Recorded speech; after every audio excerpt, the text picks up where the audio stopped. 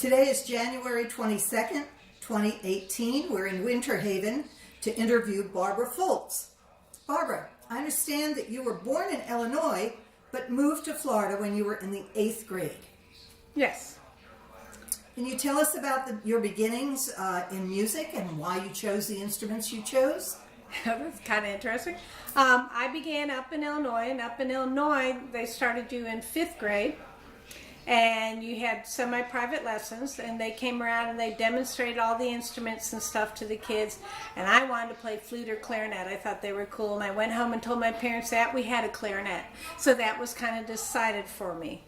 And so I started playing clarinet, and I started up there. And then the other funny story, when I came down here, I wasn't too sure I really wanted to stay in band or not.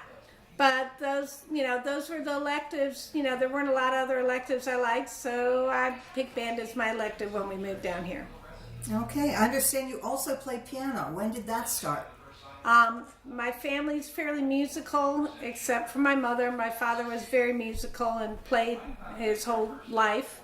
And we all started on piano when we were kids, and since I was the youngest, I thought that was a neat thing to do, and I started playing piano from about the time I was 5. Wow. Where did you attend high school? Okay, I attended high school at Winterhaven High School with Jimmy Parker. Back then we had a very large band. There was about 300 in the band. Went to Mexico with the band and basically really enjoyed band, and that was probably one talking about why I decided to major in it. I didn't like any other subjects. I like music, I like band, so I went to school majoring in music. Okay, but not majoring in music education. What was your major? No, I initially went in music, as I told you, I initially went to FSU, and I majored in music therapy because I was very shy. I did not like getting up in front of people. Used to have to do that in school for our music theory class, and I just made sure everyone else in theory directed before me, and time usually ran out in class. Don't know if Miss Parker knew that. Along with other things we had to do in front of classes, I managed to somehow finagle my way out of it, so there's no way I was getting up in front of a bunch of kids and telling them what to do. So I went into music therapy initially, and then there's just some aspects of that I didn't think were going to work well for me, so I changed to music education. Well, and thank goodness you did. When you began actually teaching, where did you start and where did you go from there? Okay, my first year teaching was down in Martin County at Stewart Middle School. I was the main feeder for Robbie Roadman, so that was very nice in my first year. He was always there to give me any advice, etc.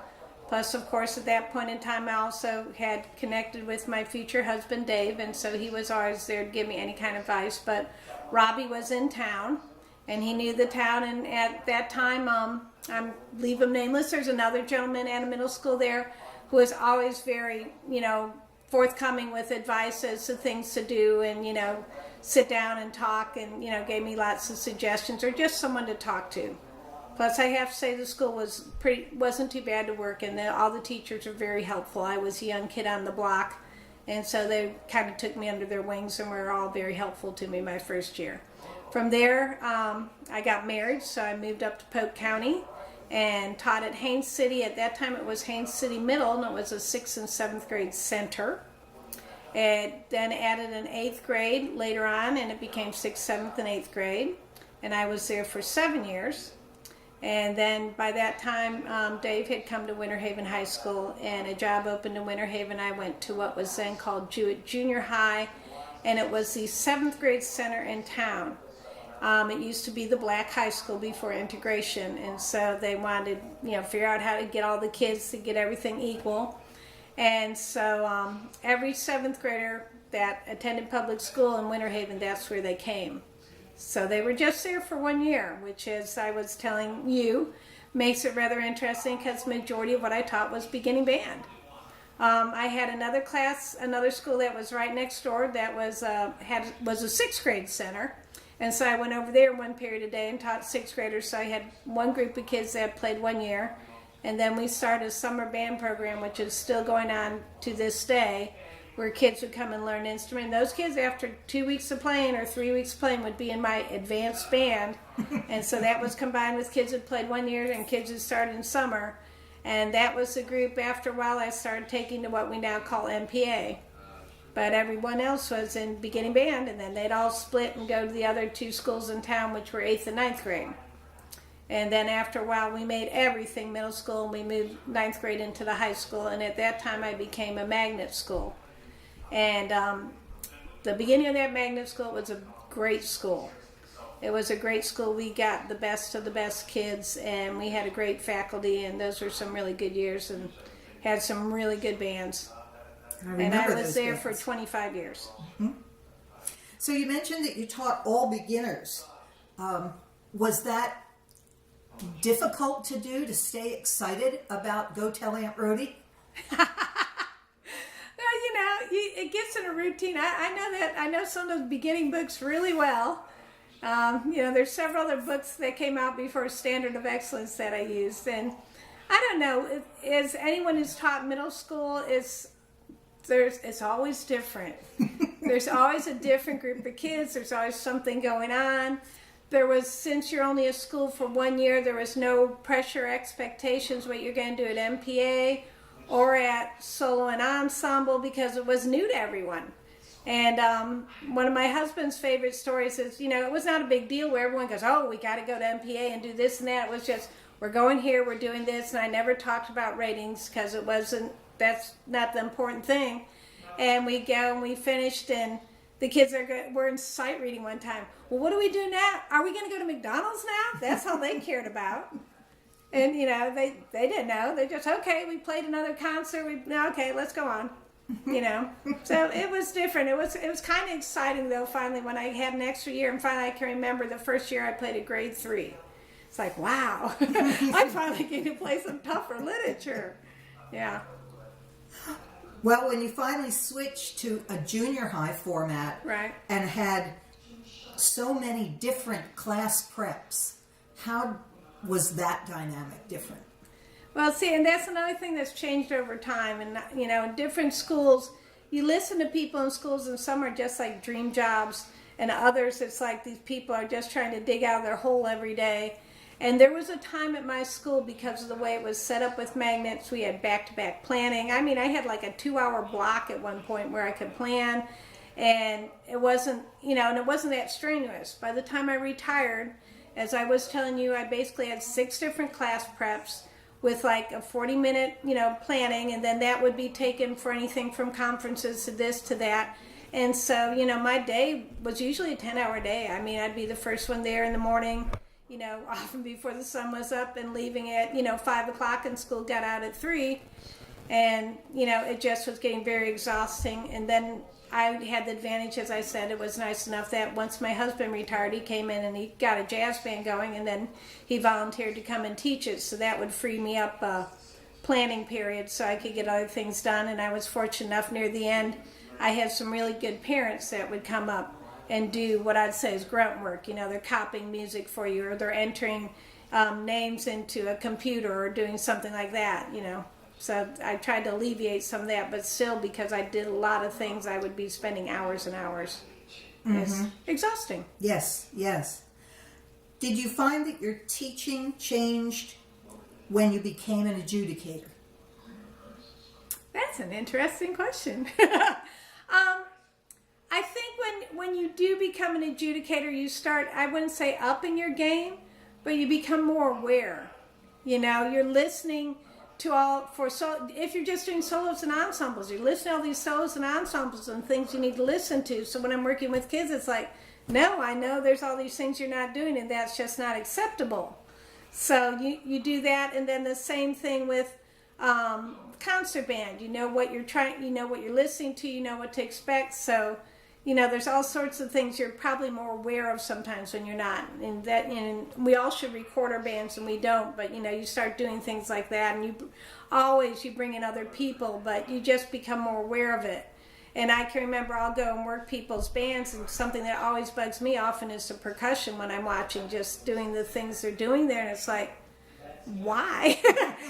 And so I'll go in the band room. That's something I immediately start addressing. Hold your triangle like this. Hold your sticks like this. Don't move all around, Hit the drum here, And when I was working with the band last year, the director's like, I hadn't even noticed that because I'm so busy with all these other things. But the kid's not doing this, And that's the last thing sometimes on the radar because it's in that back row.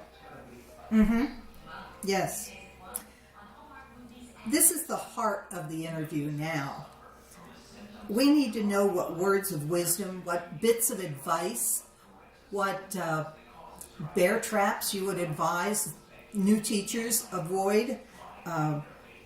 Anything from new teachers to people in their 30th year. Well, the bits of advice, you hate to get archaic, as I know, since I know a lot of young teachers, what I did just 4 years ago is so different to what they're doing now. You need to have a great deal of patience and try to come up with something to alleviate your stress. It's just, as I keep telling people sometimes, it's just band. It's just band. It's not a life-changing thing. It's just band, and no one died today, And you've got to kind of look at it like that because you wrap your whole heart and mind and body into what you're doing as far as a band director. And you want it to be so good. And when something ever goes wrong, it just totally can throw you off. And so you've just got to always remember tomorrow's another day. And this thing that seems so terrible a week from now may not be so terrible. You've just got to try not to get so wrapped up in the moment sometimes. Things that people, be it administrators or teachers or parents, may do, try not to take it personally. If you're sending anyone an email, have at least 3 other people read it before you send it off. Never send off anything in anger. I have been absolutely typed up that letter, and my course teacher would come in and say, don't send that.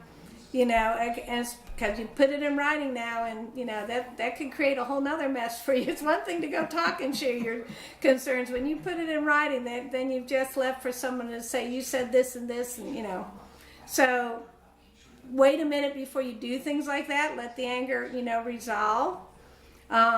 Always remember there's going to be good kids and bad kids. There's going to be. When I had one kid that gave me fits my last year, and it's like, well, I'll teach another year. And my husband said, there's another one come along, take his place, because there's always that kid. But on the other hand, there's always great kids. And sometimes the other thing is, I found out when I retired, all these people were extremely nice. It was unbelievable. It could bring tears to my eyes right now. And it's like, they never told me these things when I was teaching. They never told me these different impacts I had on their kids or anything else. No one ever said anything. They just took it for granted I was going to be there and do the job. And thanks, nice concert. And everyone says that. But then you got the person who gets upset about something, they're in your face. The other 100 people that just left happy didn't say anything to you, and all you hear is the one giving you complaints. So you've just got to remember that, you're doing a lot of good for a lot of kids. And one of the big things is, you're not going to make everyone happy today. It's just not your day.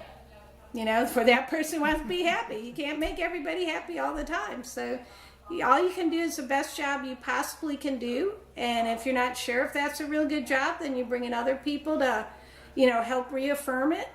Be they friends or colleagues or someone who has a reputation of something. If you're lucky, you teach in an area where there's other people around to be really helpful. And I think we get a lot of that in Polk County. I see a lot of our young directors, they get together afterwards, and, we always try to have people over here so they have places to hang, but I think they're really good with communicating with each other. And so the guys who have taught 10 years versus the ones who have taught 3 or 4 are, helpful, and at least give them a sounding board. It's a very isolated job. And every place I was, well, really not the last one so much, but my first 2 jobs, the band room was on the other side of school from anywhere. I never, for the first 2 schools I worked at, I never ate lunch with anyone else or went into the cafeteria. And that's the other thing, I would advise teachers, get to know your faculty. If I know you can get a lot done during a lunch and planning period, and I've had this talk with a couple of people, if anyone's listening to this, you know who you are. And So you designate on Fridays, I'm going to go down to the teacher's lounge or wherever they eat and eat with these teachers and get to know them. And one, it gives you a break from your little room that you're in 24/7. You get out there, you see what's going on in the school. And once you start to get to know teachers on your staff, it's a two-way street. You don't feel bad about asking them for the kids. You don't, you'll cover their class, they cover your class. And right now, my two closest friends are ones that I hired at the school I taught at. And it just happened through time. Mm-hmm. Mm-hmm. You mentioned that FBA was important, the structure of it, the Right. networking possibilities. Right. How can someone either new to the state or new to the job access that network? And again, it goes back to your districts. It's really helpful when you have a good district chairman. And, we have them here, and we have good retired guys here. And, part of the job really as a district chairman is, these are 4 directors that are new in my area. I need to contact them and say, do you have this, form ready to turn in? Are you doing this? Are you doing it? How's it going? And then we've also set up a thing in our district again where we try to pair new directors with younger directors. So this director's near him or has some connection. Your job is to call him once a week and say, how's it going? And so, that's the only way, because again, I didn't have those connections when I was teaching down in Stewart. I had Robbie Roadman, but that's, again, some of these districts are huge. That was, like 3 or 4 different counties. We're lucky in Polk, as Polk County is our district. So we pretty much know everyone around here. But you get in these big districts, well, even if you don't, you go to Orange County, there's like 100 different middle schools or something, and everyone's so busy, it's hard to do that. Mm-hmm. So short of, finding, it would be nice maybe if our universities say, okay, you got a job there, and here's some other grads from South Florida, or here's some other grads from Stetson or FSU or U of F, contact them. I don't know. But, it's a very lonely job, and it's a very frustrating job. And it gets easier sometimes. In my case, as I said, it was easier when I first started Jewett. It got a lot harder the last couple of years. Just time. You were in a situation where the county provided you with instruments, and you were able to choose what you needed. What advice would you give to someone who doesn't have that advantage? They have to sell M&Ms. Well, I did, and I did tell you that. When I first went to Jewett, which had been 7th grade center, and the gentleman had been there a long, long time. And I came in there, I could even go back to Haines City. When I went to Haines City, I had a bass drum. That's a whole nother story. But I shared instruments from the junior high and the high school. So I didn't have an inventory. And as long as I could, honestly, I kept it that way, because then I didn't have to do inventory for all those who have to put up with inventory from the people. When I went to Jewett, I had, I think, 2 bell front baritones, a tuba that's so old it's not even recognizable anymore. I probably had less than 10 instruments total. There just wasn't any instruments there, so I did have to fundraise. We had the advantage in our county once Tom Bishop took over. He made it a thing of buying one instrument for every school each year. So in that aspect, I'd make sure I got the most expensive instrument I needed, be it bari sax, bassoon, tuba, and then we would, fundraise. And with that fundraising money, I bought a couple instruments. Also, the kids pay instrument rental. And I was very adamant about, this kid's paying, $30 a month to rent an instrument. You only have to pay, that much a year. You need to do that because the kids took really good care of the instruments, so I didn't have a big repair bill, but that accumulated, and every couple of years I could buy another instrument. So by the time I left, I had lots of instruments. Fundraising, my favorite person to fundraise for the longest time was Ken Schwartz. Some people know that name because Ken was very cooperative, and he set it all up, and it was back when you took the catalog around and you got your orders boxed and the kids took it, and we'd easily make money on that. And then once I started to get money, one of the things, and you can talk to people, they got me going on, I did a rockathon. Not a rehearsathon, but a rockathon. And basically, as I say, you're having kids pay to come and play games and hang out after school for several hours, and and parents are pretty good with that. They'd rather do that than go door to door. So you charge the kids a fee, and you have all sorts of activities, and you give them dinner, and you give them snacks, and you keep them there. In my case, only at about 9 o'clock at night. Some people go later. I'm not I. And then I tried to always do it because I always, just with my summer band, I always used high school kids that left my school. I'd try to do that after marching, because then I get high school kids come in to help, organize and kind of chaperone. And the thing with the rockathon, they have to stay in their seats, so you don't have them running all over. Ah. And I had the advantage of being able to do it in the gym, and the PE coach was my good friend, so we'd set up, how to play ping pong in your seat and this in your seat, and, and all sorts of games, so you're staying seated.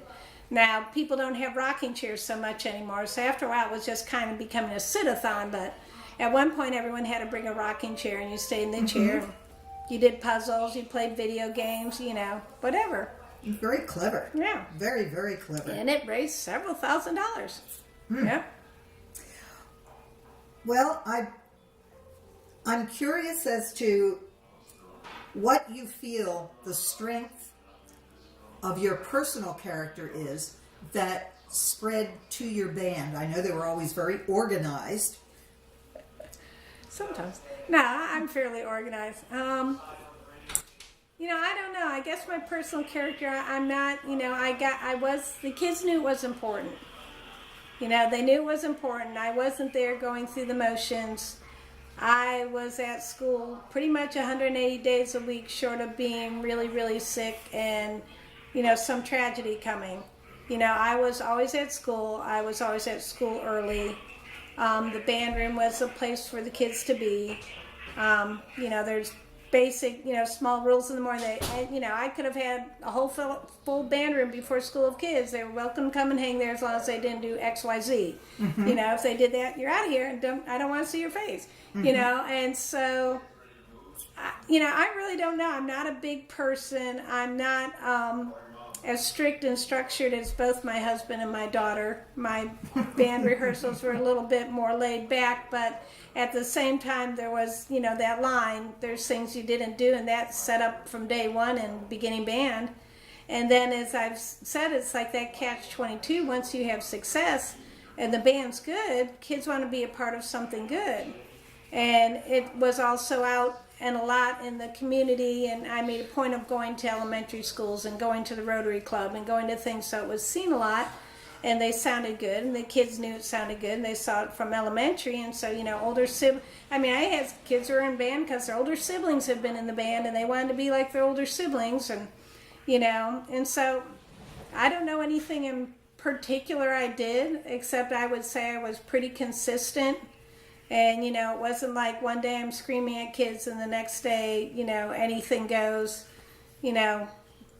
There's certain lines, they didn't cross, and there's things they didn't do, and that's pretty much all understood. But I was never a really great disciplinarian. That's probably one of my drawbacks of my teaching. I was never very strict. I was strict enough, but I was never strict. Well, but you had high expectations for yeah, them. yeah. Right. Yeah. And they felt it was important to live up to those expectations. Oh, yeah. Right. And then when you start seeing those, superior plaques on the wall and all those things, and my kids, you give them those medals from solo and ensemble or from being and they'd all pin them on their shirts and wear them all day in school. Well, I know that you taught for 33 years, and you're still teaching. You had said that there were easier ways to earn a living. So why did you do it the hard way? Why did you stick? In my case, I didn't know. And there's other things I probably would have liked to have done. I don't know if I could have done them or would have been successful, because, something I would have liked to have done was spend more time with animals. I think you can relate to that. And I think they're a lot easier than people. My dog will sit still and stay there much better than a lot of middle school students I know. But then, it's the known factor, I guess. Once you've done it for a while, and in my case, I lived with someone else who didn't, did it, so that also made it easier. And then did change through time from being like straight beginning to adding in the 8th grade to being a magnet school, which was really good, and then still magnet school, but not to the same level it was, say, 15 years ago. So, but you got great satisfaction from it. Yeah. I mean, I had good results. I had kids and it's, again, they weren't ever overly appreciative. And so you've just got to think that as a band director, you don't have people every day telling you come up. But are your kids in class sitting in front of you? Do you call next rehearsal and the kids are in class sitting in front of you? And those are just things that you don't realize as a young director. As you get older, if the kids are there, then it's become important to you, and it become important to them, and they think something of you that they're going to make a point of going out of their way to be there. I had rehearsals that were before school. Kids had to be at school at 7 o'clock in the morning. Seemed to work. Or no, I take it back. 7:30. They got till 7:30. It wasn't 7. They didn't have to be there. They had to be there at 7:30. Yeah, I was there at 7 o'clock every day. It's just easier. Well, what do you feel about directors who become band room bound? That every breath they take has to do with the band room. What would you advise them? Well, see, that goes back to what we say. You put your heart and your soul. And so if I'll go to, if you're single, that's your whole life. I mean, and there's people that, whatever they do, be it, they have a company, they spend all their hours in a company or whatever, and that's our company that we're operating. And, you don't have any reason to go home except to let the dog or cat out or something, so you get really involved in that. You start to find you have a life when you get other things in it. So if you have another significant other, then you start making more time for them, and the band room doesn't get quite so important. And if you have children, then it gets another lower end of the totem pole. But you've got to find other things outside of it. And especially if you can find things that can release all your stress, exercise is a good one. So if you're, if you go running or go hiking or kayaking or swimming or, scuba diving or sailing or something. I have a friend, and I would say one of her outlets who lives on a lake now is a band director. I think she likes getting on her jet ski often and just zooming around in the lakes. And I know she likes just going and sitting on her dock someday after stressful days and looking out on there. And I'm sure yours, and I know my daughter's, is getting out and riding that horse. So you go and find something else as your outlet, and I'd say usually it's good to have something physical besides your outlet being coming and sitting and watching a TV or even reading a book, even though, I like doing both of those, to get out and do something. And then the other thing, get out and see other people, because you tend to get in your own little world. And then that's hard again if you move someplace where you don't really know anyone, so you've got to somehow find some way to connect with people. Well, you taught in a relatively small town. Right. How important is it to support the activities of that town? Oh, well, Dave and I think that's very important, and we think it's very important that you live in the town you teach.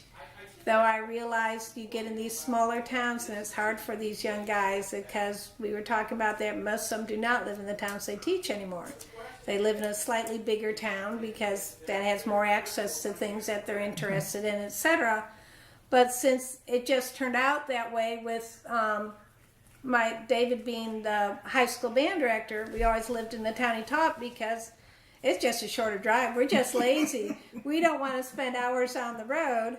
And when he was in Winterhaven, I was in Haines City, and there he was. He had to go back up to school 2-3 times in the evening, and so he needed to live closer to his school. And then we both just lived in Winterhaven, plus I had family still in Winterhaven when we came here. But because of that, we know the community really well. He at one point was a member of Rotary, and so he got to know movers and shakers in the town, and you play for different things, and you're just seen in the community a lot. When he first retired, and he still does, he walks to our coffee shop in the morning. It's quite a long walk, and people would keep stopping in their cars and asking if he needed a ride. Now he goes pretty early in the morning. They don't do that as much. But we just feel like we have a connection in this town. I was giving someone, because I'm more familiar with their town than they were, a place to go eat. And they said, we don't have that place. I go, yeah, you do. You know, so it's just, that's nice. And again, just here, walking into stores, restaurants, people who own them or work there are ex-students, band parents that I know. That's delightful. How have you managed to stay active musically now that you're retired in quotation marks? Well, we're playing, which is kind of fun. I never felt, well, we tried to play in a community band at one point, but then in both our cases, when we had the kids and they would have a performance or something to go through, just quit doing it. I did it for a little while and just decided, to me, it was too much going here and there. And so we now play in a community band. It was Bartow Community that John DeYoung directed. Now Phil Wharton is directing it. And then the thing I'm really liking also, we play in a jazz band. It's called Over 55 Show Band. And I haven't gotten to play in jazz band since I was in high school because college I went to wouldn't allow us to do that. Anyhow, and Dave hadn't played in one either since he had been in college, so he did play all the way through college. But me, with it being a secondary instrument for myself, I didn't get to play in college. They didn't have that kind of extra room to allow, doubles to get in a band there. Plus, on the level, with some of those musicians, I wasn't on their level. But I really enjoyed playing. I like playing jazz, so we've done that.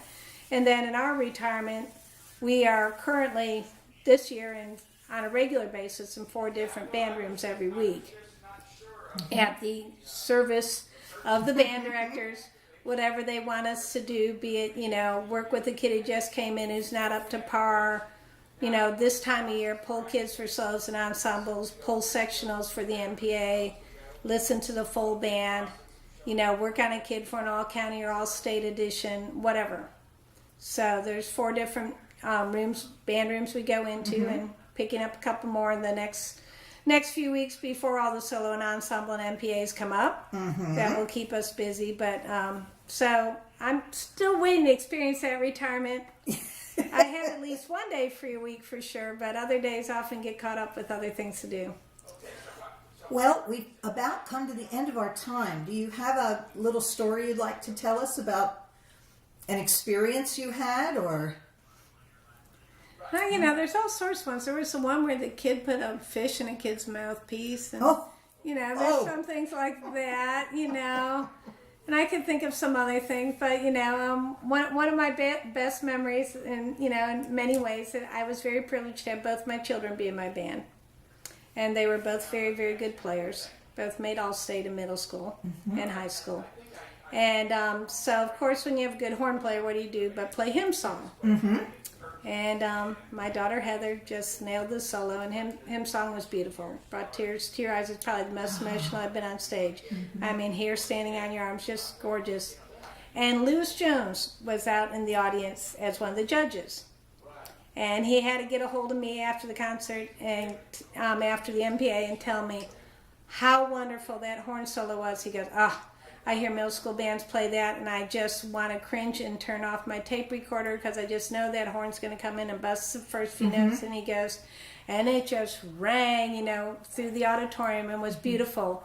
And ever after, anytime we saw Lewis Jones being just whatever it was, like 2 years ago when he came to FMEA, like last time he came to FMEA when he's alive, and my daughter Heather was with me, just goes, your horn solo is the most beautiful horn solo. I mean, that stuck with him forever. So that was definitely one of my memorable moments that I had there.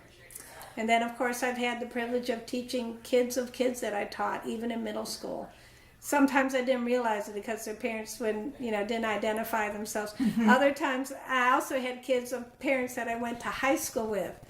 And thank goodness their children were much better than they were. So... so all those were good memories. Well, this time has just flown by, and I want to thank you again for taking the time to be interviewed, and welcome to the Legacy Project. It's time to say bye-bye. Okay, bye. Thank you, Tina.